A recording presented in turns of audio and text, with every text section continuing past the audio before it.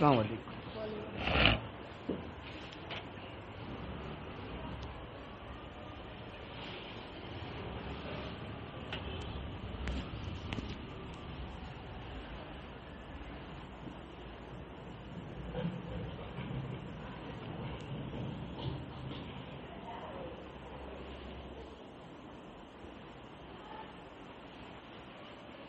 السلام علیکم ورحمۃ اللہ وبرکاتہ.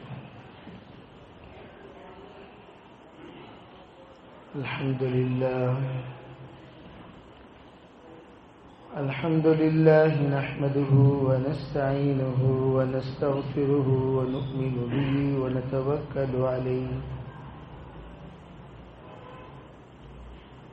ونعوذ بالله من شرور أنفسنا ومن سيئات أعمالنا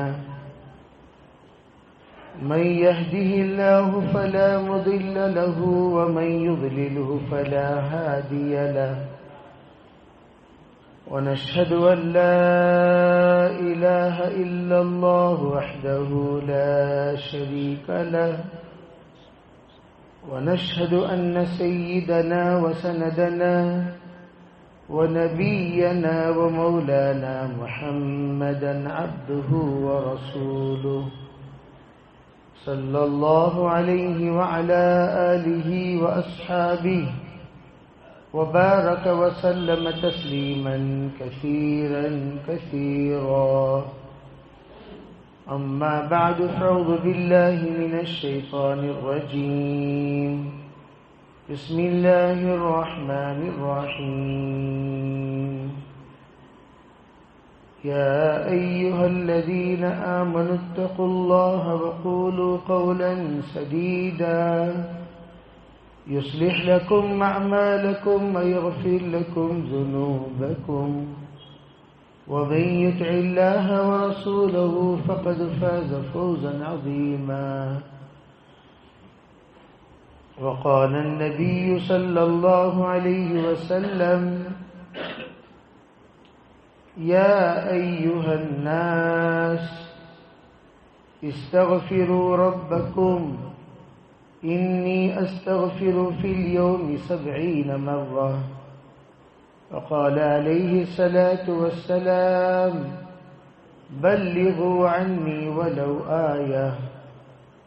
اللهم أيدنا بتأييدك اللهم أيدنا بتأييدك اللهم أيدنا بتأييدك يا رب العالمين.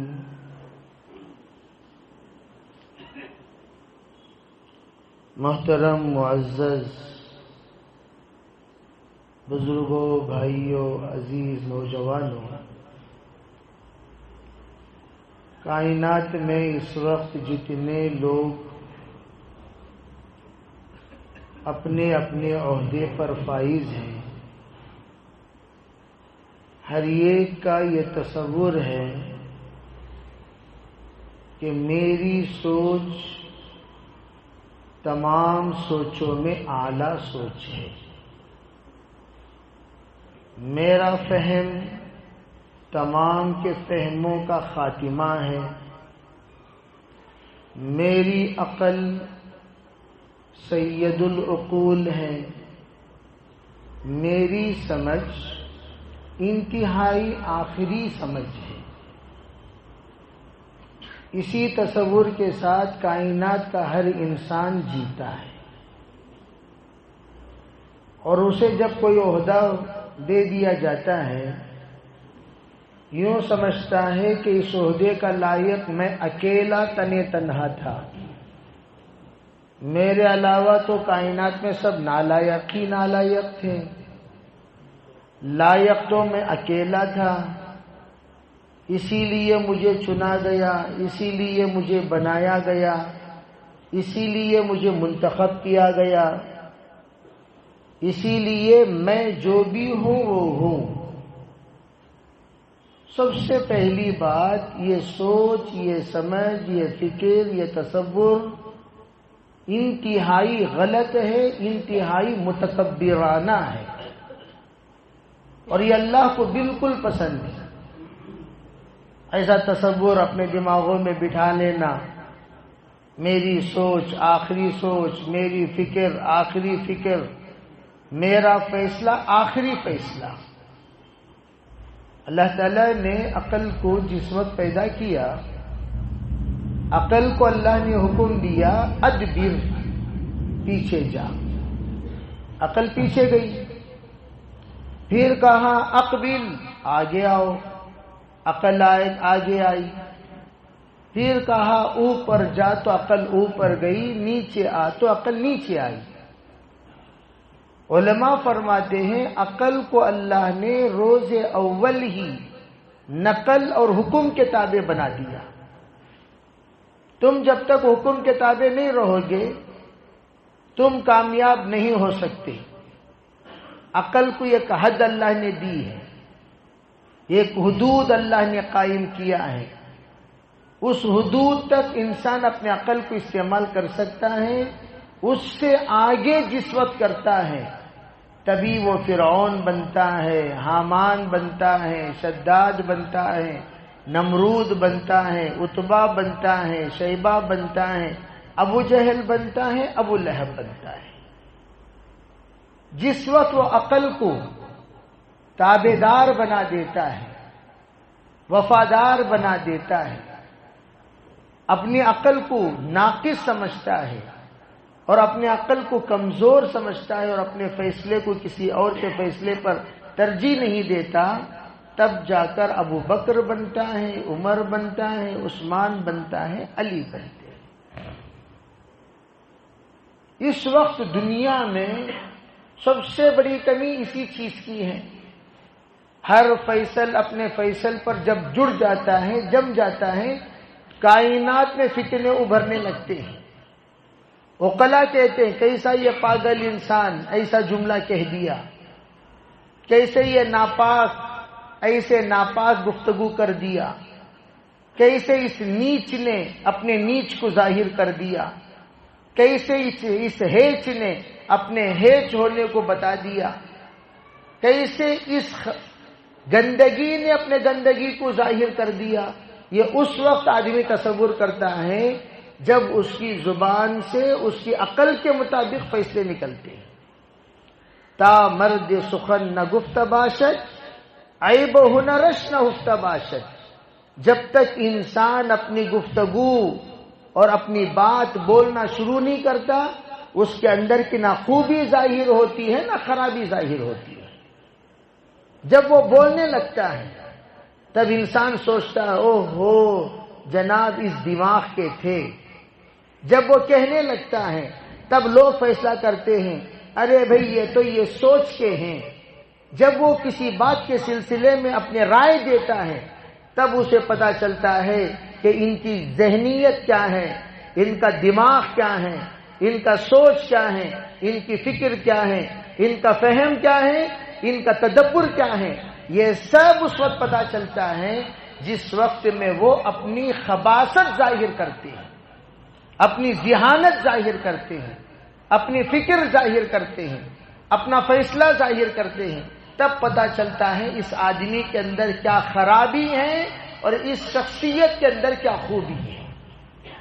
انہی چیزوں میں سے ایک چیز آپ حضرات کو حیرت اور شکوک و شبہات میں ڈالنے والی وہ اعلان جو جمعے کے دن پڑھا گیا، اس اعلان پر سعودی عرب کے لوگ شکوک میں مبتلا ہو گئے۔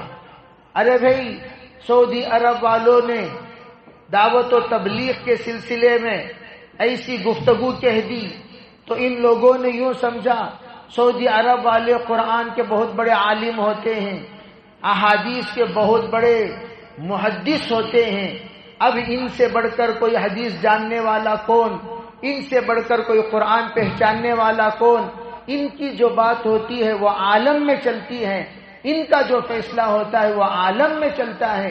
اس طرح کا ایک تصور لے کر آدمی جیتے ہیں، آدمی رہتے ہیں۔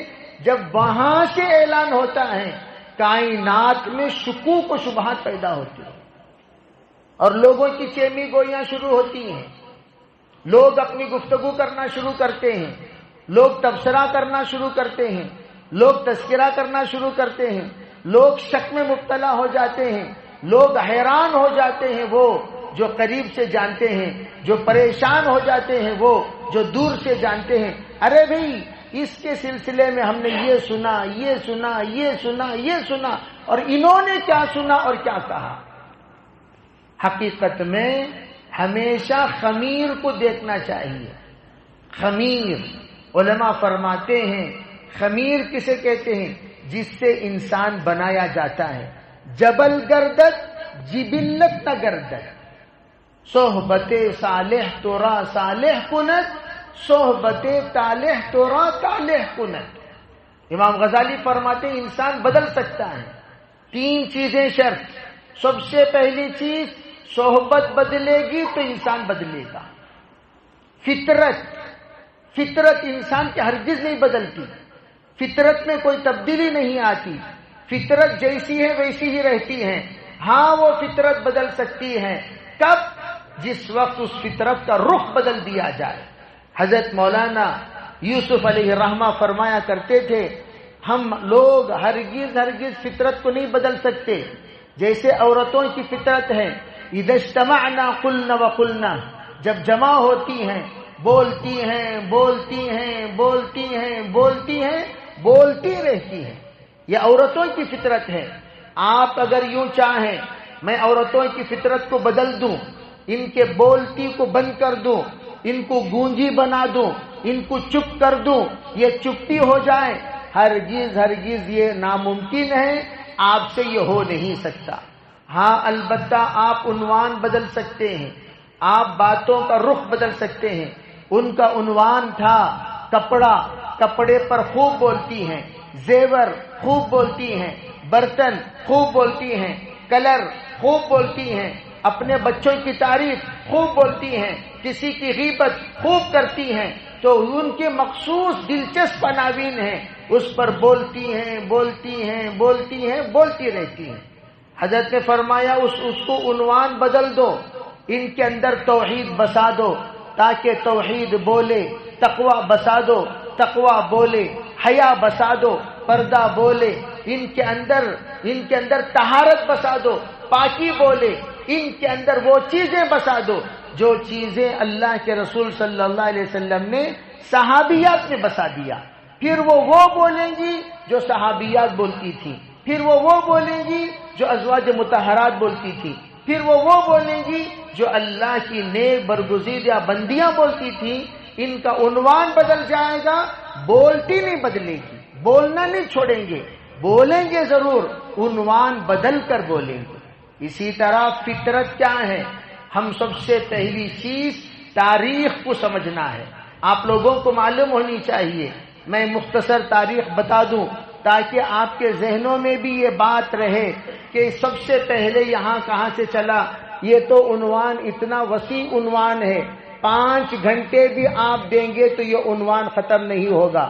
میں بڑے اختصار کے ساتھ منزل تک پہنچنے اور پہنچانے کی کوشش کروں گا۔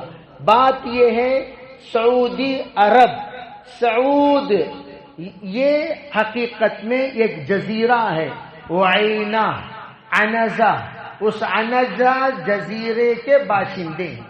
وہاں کا ایک چھوٹا سا بادشاہ تھا جس کا نام تھا سعود، اس کا ایک بیٹا تھا جس کا نام ہے عبدالعزیز۔ اب یہ سعود کے خاندان سے نسل سے آنے والا عبدالعزیز ہے۔ اب ہوا کیا واقعہ؟ سعود نے 1818 میں عبدالوہاب نجدی سے اپنا رشتہ جوڑ لیا، اپنا تعلق جوڑ لیا، اپنا جو بھی مذہبی اعتبار سے کام کرے گا اس کے اعتبار سے لنک جوڑ لیا۔ اب عبدالوہاب ایک متشدد عالم دین، ایک ایسا سخت مزاج انسان، ایسا سخت جو اللہ کے رسول کا منشا ہے، اس منشے کے بالکل خلاف دین کو پیش کرنا، مذہب کو پیش کرنا، یہ ان کی عادت تھی۔ وہاں سے وہابی لوگوں کا سلسلہ شروع ہوا۔ وہابی کہتے ہیں ایسے لوگوں کو جو چھوٹی چھوٹی بات کو ناجائز قرار دے دیں، چھوٹی چھوٹی بات کو حرام قرار دے دیں، چھوٹی چھوٹی بات کو شرک قرار دے دیں، چھوٹی چھوٹی بات کو خارج اسلام قرار دے دیں. ایسے مزاج والے وہابی ہوا کرتے تھے. اب ہوا کیا، ان کا رشتہ جڑنے کے بعد یہ لوگ سلطنت عثمانیہ سے مقابلہ کیے، ایک مرتبہ ہار گئے، پھر 6 سال تک انہوں نے تیاری کی، اس کے بعد انہوں نے پھر دوبارہ حملہ کیا، ریاض پر قابض ہو گئے. قصہ مختصر، لڑتے لڑتے جنگ کرتے کرتے یہ لوگ عرب کے اندر داخل ہونا شروع ہوئے. حجاز مقدس میں 1901 میں آہستہ آہستہ مکے کے اندر داخل ہونا شروع ہوا. 1924 میں مکے پر قابض ہوئے، 1925 میں مدینے پر قابض ہوئے، پھر پورے عرب میں جو اس وقت سعودی عرب ہے اس پر قابض ہوئے 1932 میں. 1932 میں یہ پورے عرب پر قابض ہو گئے. انہوں نے عبدالعزیز نے سب سے پہلے قابض ہونے کے بعد، بڑا نیک آدمی تھے، بڑے پاک آدمی تھے، خدا ترس آدمی تھے، اللہ سے ڈرنے والے انسان تھے، تقوی طہارت والے انسان تھے، بڑے اچھے مزاج والے تھے. ان کے اندر حرمین شریفین کی بے انتہا قدر و قیمت تھی، بہت ہی زیادہ باادب انسان تھے، علماء پرست انسان تھے اور علماء کے تابع دار انسان تھے اور خدا ترس انسان تھے، اللہ سے ڈر کر زندگی گزارتے تھے. عبدالعزیز نے کیا کیا، جس وقت انہوں نے مدینہ منورہ قبضہ کیا، سب سے پہلے وہابی لوگ آئے. آ کر 1927 میں انہوں نے یوں کہا، اب آپ کے قبضے میں مدینہ آ گیا، مدینہ منورہ میں جو جو چیزیں خلاف شرع ہیں یہ سب کو ختم کرنا آپ کے اوپر ذمہ داری ہے. پھر انہوں نے کہا، ارے بھی کیا کیا خلاف شرع ہے، کہا یہ ختم کرو، وہ ختم کرو، وہ ختم کرو، یہ ختم کرو.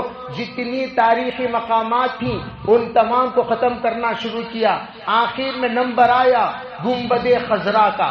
جب گنبد خضرا کا نمبر آیا وہ لوگ سب کے سب اکٹھا ہو گئے، ارے بھائی گنبد خضرا کو شہید کر دینا چاہیے، چاہے وہ کسی بھی مقبرے پر کا گنبد ہو، روزے پر کا گنبد ہو، کوئی بھی گنبد ہو، اسے شہید کر دینا چاہیے. اس وقت میں عالم عرب کا پیغام پورے عالم میں جب پھیلنے لگا، ہنگامہ ہو گیا، ایک عجیب سا کوہرام مچ گیا. علماء خطوط لکھنے لگے، پیغامات ملکوں سے آنے لگے، خطوط کا ارسال ہونے لگا اور شواہد پیش کرنے لگے. اتنا بڑا مجمع علماء کرام کا اعتراض میں اتر گیا.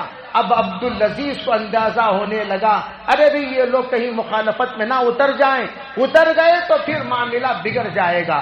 ابھی ہم لوگ نئے قبضہ کیے ہوئے ہیں، اب ہمارے قبضے پر کہیں عالم عرب پر پورے لوگ وہاں سے امنڈ کر حملہ کرنے نہ آ جائیں. اب ذرا اس کو تھما دینا چاہیے، ذرا اس کو قابو کر لینا چاہیے، ذرا ہوشیاری سے حکمت سے کام لینا چاہیے. عبدالعزیز نے سب سے پہلے یہ بات طے کیا، چلو بھائی علماء عرب جو لوگ توڑنا کہتے ہیں، شہید کرنا کہتے ہیں، وہ سب جمع ہو جائیں. وہ سب کے سب نجدی علماء تھے، وہابی علماء تھے، ان کو ایک جگہ پر جوڑ دیا گیا. پھر اس کے بعد پورے عالم میں اعلان کر دیا گیا، جتنے عالم کے علماء ہیں وہ سب اکٹھا ہو جائیں. سب کے سب اکٹھا ہوئے. دارالعلوم دیوبند سے حضرت شبیر احمد عثمانی رحمت اللہ علیہ کو متکلم بنا کر بھیجا گیا. وہاں پر رشیا کے بھی علماء ہیں، ترکی کے بھی علماء ہیں، ہند و پاک کے علماء ہیں، بنگلہ دیش کے علماء ہیں، کائنات کے کونے کونے سے علماء کرام کا ایک بڑا مجمع پہنچا ہوا ہے. مشورہ چل رہا ہے، 1 دن ہوا، 2 دن ہوا، 3 دن ہوا، مناقشہ پر مناقشہ، مباحثہ پر مباحثہ، بحثوں پر بحثیں، دلائل پر دلائل چلتے رہے. آخر کار فیصلے کا دن آیا. فرمایا بھائی اس وقت میں تم لوگ سب کے سب بات کرتے ہو، یہاں سے ایک مجمع بولتا ہے، وہاں سے ایک مجمع بولتا ہے، بات سمجھ میں نہیں آتی، تم میں سے ایک کو متکلم بناؤ، تم میں سے ایک کو متکلم بناؤ. متکلم بات کرے گا، سب کے سب تصدیق کریں گے، یہاں کا متکلم جواب دے گا، سب کے سب تصدیق کریں گے. اب اجمیوں کی طرف سے مشورہ ہوا کس کو متکلم بنایا جائے. بات چیت ہوتی رہی، دلائل سب سے لیتے رہے.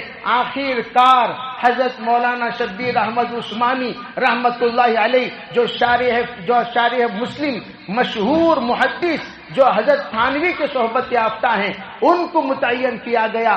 حضرت انشاءاللہ مفسر قرآن بھی ہیں، محدث بھی ہیں، فقیہ بھی ہیں، دور اندیش بھی ہیں، بڑے حکیم بھی ہیں، حکمت والے بھی ہیں، اور بہت ہی آسان عربی میں عجمیوں کو عربوں کو سمجھ میں آئے جیسا گفتگو کرتے ہیں۔ چلو انہی کو ہمارا متکلم بنا دیا جائے۔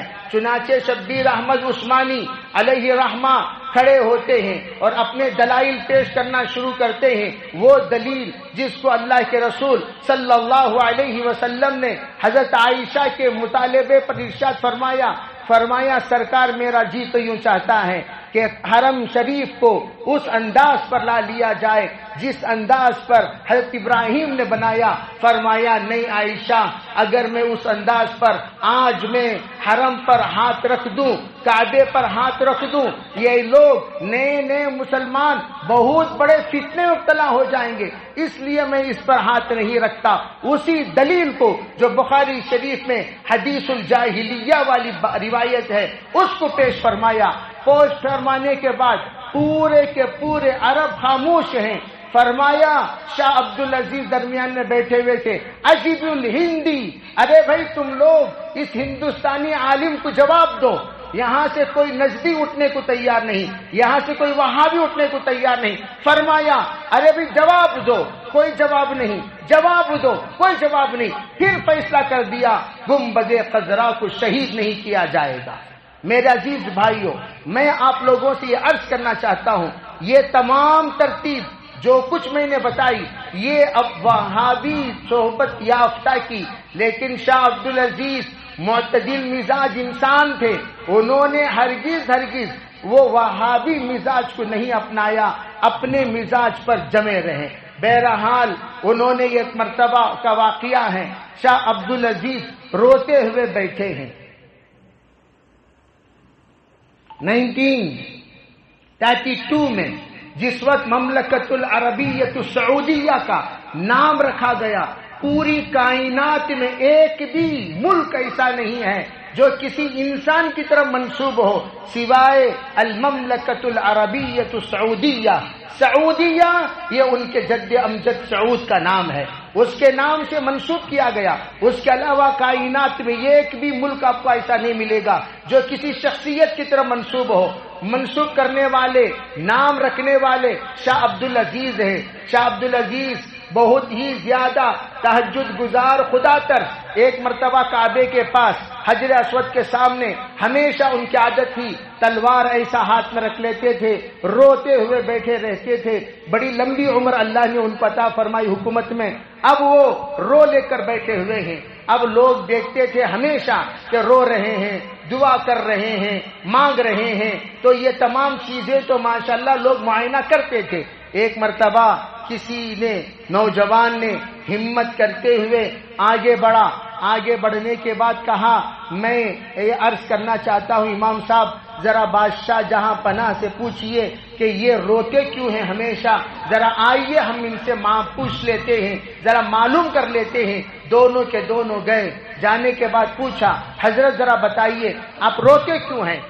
شاہ عبدالعزیز جو معتدل مزاج والے تھے، انہوں نے کیا کیا، اس وقت عرب میں کعبۃ اللہ کی طرف 4 مسلح تھے، ایک مسلح دائیں بائیں آگے پیچھے، حنفی کا، شافعی کا، مالکی کا، حنبلی کا، 4 مسلح الگ الگ، چاروں کے چاروں امام اپنی اپنی نماز ادا کرتے تھے، اپنی اپنی نماز پڑھاتے تھے، لیکن شاہ عبدالعزیز نے ایک امام پر سب کو جمع کیا، کہا کہ اب 4 امام نہیں ہوں گے، ایک ہی امام ہوگا، ایک امام کے تابع سب کے سب تابع دار ہوں گے۔ اس بات کو سب جم گئے۔ الحمدللہ پورے عرب سے جو چوریاں تھی بند کرا دی گئی، زنا بند کرا دیے گئے، فحاشی بند کرا دیے گئے، عیاری بند کرا دیے گئے، آزادی بند کرا دیے گئے، بے حیائی بند کرا دیے گئے، شراب نوشی بند کرا دی گئی، تمام طرح کے منکرات سیئات جتنے بھی تھے سب بند کرا دیے گئے۔ اب وہ اللہ کا بندہ رو رہا ہے. اس سے آ کر امام نے پوچھا بتائیے آپ روزانہ روتے کیوں ہیں؟ کعبے کے سامنے آنسو بہاتے کیوں ہیں؟ اللہ کے سامنے کہتے کیا ہیں؟ وہ اللہ کا بندہ کہنے لگا میں نے جو کچھ اللہ نے میرے مقدر میں رکھا میں نے کیا. آج اللہ نے مجھے ایک ملک دیا ہے، اس ملک کو گناہوں سے بچانا میرا کام تھا. میں نے گناہوں سے بچا تو لیا لیکن آج میں رو رہا ہوں. یہ لوگ میرے جتنے لوگ ہیں وہ سب کے سب بے روزگار ہو گئے. آج ان کو کھلانے کے لیے میرے پاس پیسہ نہیں ہے، میرے پاس اتنی دولت نہیں ہے میں ان کو کھلا سکوں، ان کو جلا سکوں، ان کو کام دے سکوں. میں اس وقت نہدہ ہوں، اللہ کے سامنے کہہ رہا ہوں اے اللہ روزی کا دروازہ کھول دے، روزی کا دروازہ کھول دے، روزی کا دروازہ کھول دے. ہم غریب ہیں، اے پروردگار تو امیر بنا دے. ہم حرمین شریفین کے خادم ہیں، یا اللہ تو ہمیں دینے والا بنا دے، یا اللہ ہمیں تو مستغنی بنا دے، یا اللہ تو ہمیں غنی بنا دے. دعا مانگ رہا ہوں، اللہ مجھے دے گا، میں اپنے ملک والوں کو دوں گا تاکہ وہ لوگ گناہ چھوڑ کر جو زندگی گزار رہے ہیں اس پر وہ راضی رہیں. روتا رہا. اللہ نے اس کے ذہن میں بات ڈالی کہ فلاں اعتبار سے تحقیق ہو جائے. بعض لوگوں نے فرمایا بشارتیں بھی نصیب ہوئی. بعد میں 1936 میں اسے پتا چلا کہ یہاں تیل موجود ہے، یہاں پر تیل ہے، تیل کو نکالنا چاہیے، تیل کے بارے میں تحقیق کرنی چاہیے. زمین میں کچھ خزانہ موجود ہے، اس خزانے کے بارے میں کچھ نہ کچھ شکل بنانی چاہیے. چنانچہ اس اللہ کے بندے نے جس وقت میں تحقیق کیا الحمدللہ 1938 اور 39 میں تیل کا وجود آنا شروع ہو گیا. اب تیل نکلنا شروع ہو گیا. اب نکلنا ہی تھا اور عرب ملک کو، سعودی عرب کو اب اتنے آفرز آنے لگے. دن بدن مال بڑھتا گیا اور مال بکتا گیا. الغرض یہ ایک مختصر میں نے آپ کے سامنے خاکہ بیان کر دیا. نیکسٹ وہ جتنے اور ان کے ولی عہد ہیں آتے گئے. اس زمانے میں صحبت غیروں کے ساتھ ان کی نہیں تھی. قانون اسلام کو انہوں نے لحاظ رکھا، پابندی کی. اللہ کے رسول نے جو حد بندی فرمائی اس حد بندی پر جمے رہے. جن کو انہوں نے فرمایا یہاں یہ حلال ہے تو انہوں نے حلال کہا، حرام ہے تو حرام کہا.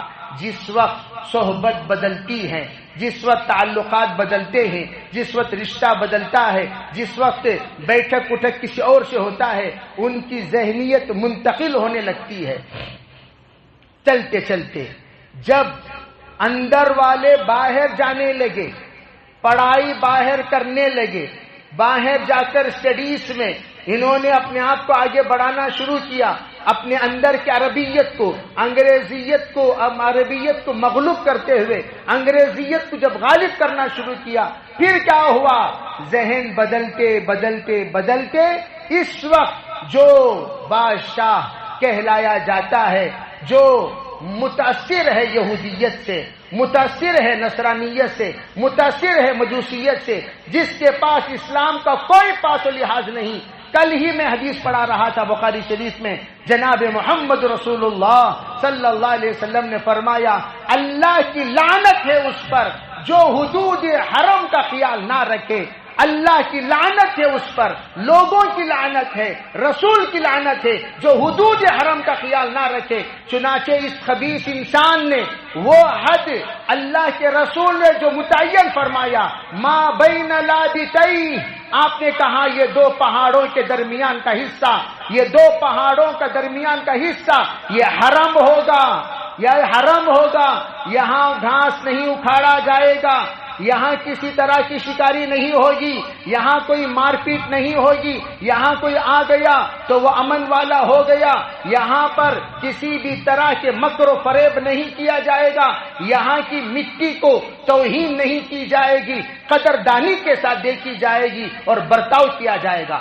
اس دو حد اللہ کے رسول کا لگایا ہوا حد کو جس دن سے اس نے ہٹا دیا، اس دن سے تمام طرح کے رسومات، تمام طرح کے خرافات، تمام طرح کے بدعات، تمام طرح کے عیاشیاں، فحاشیاں، عیاریاں آنا شروع ہو گئی. پھر کیا ہوا؟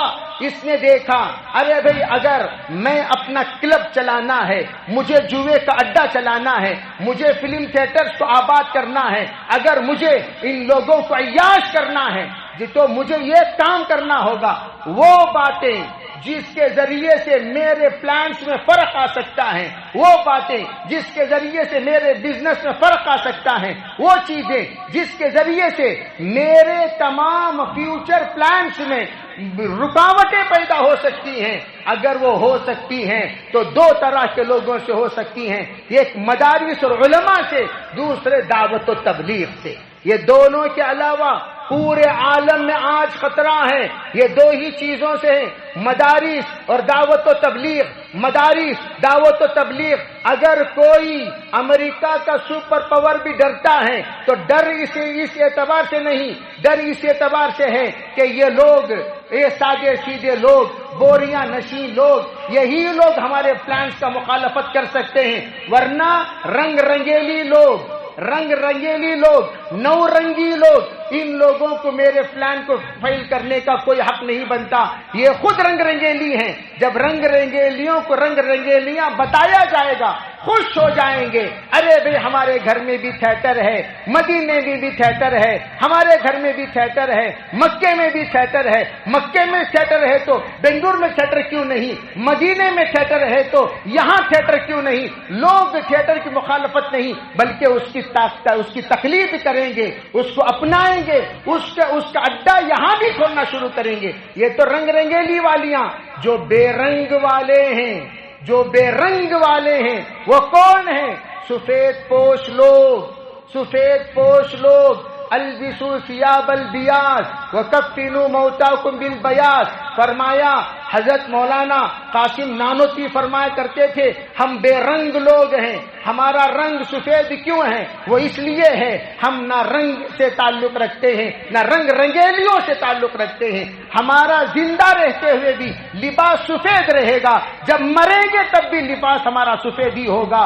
یہی حکم سرکار دو عالم صلی اللہ علیہ وسلم نے عطا فرمایا، پہنو تو سفید پہن کر زندگی گزارو، مرو سفید پہن کر دنیا سے رخصت ہو جانا۔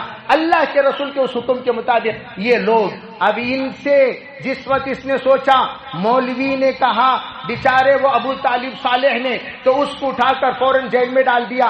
آج آپ لوگوں کو معلوم ہونی چاہیے 53 علماء، 53 فقہا، 53 محدثین، 53 مفکرین، 53 دائی، 53 ایسے بڑے بڑے اکابر علماء جیل میں سڑ رہے ہیں سعودی عرب کے، جنہوں نے امت کی فکر کی تھی، جنہوں نے دین کی حفاظت کی تھی، جنہوں نے درس حدیث دیا تھا، جنہوں نے تفسیر کی تعلیم دی تھی، جنہوں نے امت کو جناب محمد رسول اللہ صلی اللہ علیہ وسلم کی شریعت مطہرہ اپنانے کی تعلیم دی تھی اور ان کی ترغیب دی تھی، آج ان علماء کو ایسا سڑا کر سزا دی جا رہی ہے، دنیا والوں میں کسی کو پتا نہیں، ہمارے پاس اس کی فہرست موجود ہے، کب گئے، کہاں گئے، کدھر گئے، کیسے ہیں، کچھ پتا نہیں۔ میرے عزیز بھائیوں، 35 علماء ان میں سے نابینا ہو چکے ہیں، 35 علماء نابینا ہو چکے ہیں، 35 علماء معذور ہو چکے ہیں۔ آج سکرات میں 11 علماء موجود ہیں جو اب تک سانس لے رہے ہیں، کبھی بھی رخصت ہو سکتے ہیں۔ ان کے غذاؤں میں زہر ہے، ان کے فضاؤں میں زہر ہے، ان کو سزاؤں میں زہر ہے، ایسے اپاہج کر دیا گیا۔ باہر نکلیں گے بول نہیں سکیں گے، باہر نکلیں گے سوچ نہیں سکیں گے، باہر نکلیں گے سمجھ نہیں سکیں گے، باہر نکلیں گے چل نہیں سکیں گے، باہر نکلیں گے گھر کے بن کر، بستر کے بن کر رہیں گے اور مریں گے۔ ایسے انسان کو 50 پر 3 کو آج عالم میں کون جانتا ہے؟ یہ حکومت کا آج یہ فرعون و حامان و شداد کی نسلوں سے فطرت پایا ہوا انسان جس نے ایسا کردار اپنایا ہے، ان علماء کرام کو لے جا کر سزائے موت میں ڈال دیا۔ آج بادشاہیت ایک ظالم ہونے کا ایک نیا نام ہو چکا ہے۔ بادشاہیت کے معنی کیا ہیں؟ ہمارے سامنے کچھ نہ بولو، ہمارے سامنے کچھ نہ کہو۔ ذرا ابو طالب سے پوچھو تم نے کیا جرم کیا، کیوں لے جا کر تمہیں جیل میں ڈھکیل دیا گیا؟ اس اللہ کے بندے نے اس کے پرنٹڈ خطبہ پورے سعودی عرب میں پرنٹڈ خطبہ دینے کا حکم ہے. پرنٹڈ، جو ہم پرنٹ کر کے دیتے ہیں وہی تم پڑھو گے. او سدیش، تجھے بھی کچھ ایکسٹرا بولنے کا حق نہیں ہے. شریم، تجھے بھی کچھ ایکسٹرا بولنے کا حق نہیں ہے. او علماء حرمین و شریفین، تم سا چاہے تعداد کے اعتبار سے 15 ہو یا 20 ہو، تم لوگوں کو لب کشائی کا حق نہیں ہے. جس دن تم ایک جملہ بڑھاؤ گے وہ دن تمہارا آخری دن ہوگا. جس دن تم ایک جملہ بڑھاؤ گے وہ دن تمہارا خاتمہ ہو جائے گا. جس دن تم ایک جملہ بڑھاؤ گے اس دن تمہاری مصلی چھین لیا جائے گا. جس دن تم ایک لفظ بڑھاؤ گے اس دن تمہیں نماز سے محروم کر دیا جائے گا. جس دن تم ایک جملہ بڑھاؤ گے تمہیں سلطنت سے محروم کر دیا جائے گا، عہدے سے معزول کر دیا جائے گا. وفادار بن کر رہنا چاہتے ہو، عہدے پر فائز ہونا چاہتے ہو، مقام و مرتبہ، جاہ و جلال، حشم و قدم تمہارے سامنے رہنا چاہتے ہو، لب کشائی مت کرو. سمم بکمن ہو جا یار، کچھ پانا ہو تو دم نہ مار. اس طرح علماء کو کھڑا کر دیا گیا. آمد امبر سرے مطلب میرے عزیز بھائیوں، اس طرح معزول حضرت حذیفی کو یاد کرو، حضرت شیخ حذیفی کو یاد کرو. مدینہ منورہ کا وہ امام جس امام کو آج بھی دیکھتے ہیں اللہ یاد آتا ہے. آج اگر متشرع داڑھی والا، بڑی ریش والا اگر کوئی ہے وہ حذیفی آپ کو نظر آئیں گے. اگر اللہ کے رسول کو ایک دن ایک دن زیارت کرنے والا متقی امام ہے آپ کو شیخ حذیفی نظر آئیں گے. سادہ سیدھا بغیر کسی پولیس کے آنے جانے والا امام ہے، وہ پرانا قدیم شیخ حذیفی ہے. جس وقت شیخ حذیفی نے کچھ نہیں کیا، جب ان کے ذمے خطبہ کی ذمہ داری تھی انہوں نے ممبر پر کھڑے ہو کر ان آیتوں کی تلاوت فرمائی جن آیتوں میں یہودیوں پر لعنت ہے، نصارہ پر لعنت ہے. 22 آیتوں کی تلاوت فرمائی، کچھ نہیں کیا، صرف تلاوت فرمائی آیتوں کو. فرمایا آیتوں کی تلاوت کے بعد وہی جمعہ ان کا آخری جمعہ تھا، لے جا کر ان کو جیل خانے میں ڈال دیا گیا. کہاں تمہاری ہمت کیسے ہوئی ہمارے دوستوں پر لعنت بھیجنے کی؟ تمہاری ہمت کیسے ہوئی ہمارے متعلقین پر لعنت بھیجنے کی؟ تمہاری ہمت کیسے ہوئی؟ ارے بھی قرآن پاک کی آیتیں، انہی آیتوں کو کیا چننا تھا؟ اس کے علاوہ کوئی اور آیتیں نہیں ملی؟ ارے ان سے ہمارا رشتہ ہے، ان سے ہمارا لینا دینا ہے، ان سے ہمارا بزنسی تعلقات ہے، ان سے ہمارا خیر خیریت ہے، ان سے ہمارا الگ الگ اعتبار سے رشتے ہیں، اور ان رشتوں پر تم گالی کیسے دے سکتے ہو؟ لے جا کر چھوڑ دیا. اللہ کے رسول صلی اللہ علیہ وسلم وہ چند ایک دن، 2 دن، 3 دن گزرا تھا، خواب میں آئے سرکار بادشاہ وقت کے. کہا فہد اگر تو چاہتا ہے عافیت، شرافت سے ان کو امامت کے مصلی پہ کھڑا کر دے ورنہ تباہ و برباد ہو جائے گا. اللہ کے رسول کی ایک بار حکم، رات کو 4 بجے فون کرتا ہے، ارے بھائی فوراً حذیفی سے کہہ دینا مصلی پر فجر کی نماز میں حاضری ہو جائے. اب لوگ حیران ہیں بادشاہ اتنا جلدی بدل کیسے گیا، بادشاہ اتنا جلدی اپنی باتوں سے واپس کیسے لے رہا ہے. بعد میں پتا چلا کہ یہ بات ہے اللہ کے رسول علیہ السلام جس وقت اشارہ فرمائے حذیفی نے آ کر جب مصلی پہ کھڑا ہے، وہ نماز ایسی رقت والی نماز، مدینے کا ہر مصلی ہچکی لے کر اللہ کے سامنے جو گڑ گڑایا ہے وہ گڑ گڑایا ہے. اللہ سے کہا اے اللہ حرمین شریفین کو ایسے ظالموں سے تو پناہ دے دے. میرے عزیز بھائیوں، بس ہم اتنا کہنا چاہتے ہیں. میں نے یوں کہا ظالم کی زبان سے ظلم کی بات نکلنا کوئی تعجب کی بات نہیں، نافرمانی کی بات نکلنا کوئی تعجب کی بات نہیں، گندگی سے بدبو کا آنا کوئی تعجب کی بات نہیں. تو اس بادشاہ جو عیاش و فحاش ہے، اس سے دعوت و تبلیغ کی رکاوٹوں کی بات کا آنا کوئی عجب بات نہیں. دعوت و تبلیغ پر میں کچھ نہیں کہوں گا، صرف اتنی وہ تو سب جانتے ہیں، سنتے رہتے ہیں اس کا مقام کیا، مرتبہ کیا. مجھے اتنا کہنا تھا یہ بات آئی کیوں اور کیسے آئی. وقت کا دامن بہت تنگ ہے، جو وقت دیا گیا وہ ختم ہو گیا، انشاءاللہ پھر تفصیلی ملاقات کریں گے۔ اللہ ہمیں ہر طرح کے خیر مقدر فرمائے، ہر طرح کے شر سے حفاظت فرمائے، اللہ ہمیں بصیرت نصیب فرمائے، اللہ بصارت پر تابع دار ہو کر گمراہ ہونے سے حفاظت فرمائے، اللہ امت کو صحیح حکمران نصیب فرمائے، اللہ گمراہ لوگوں سے امت کو بچائے۔ وآخر دعوانا الحمدللہ رب العالمین۔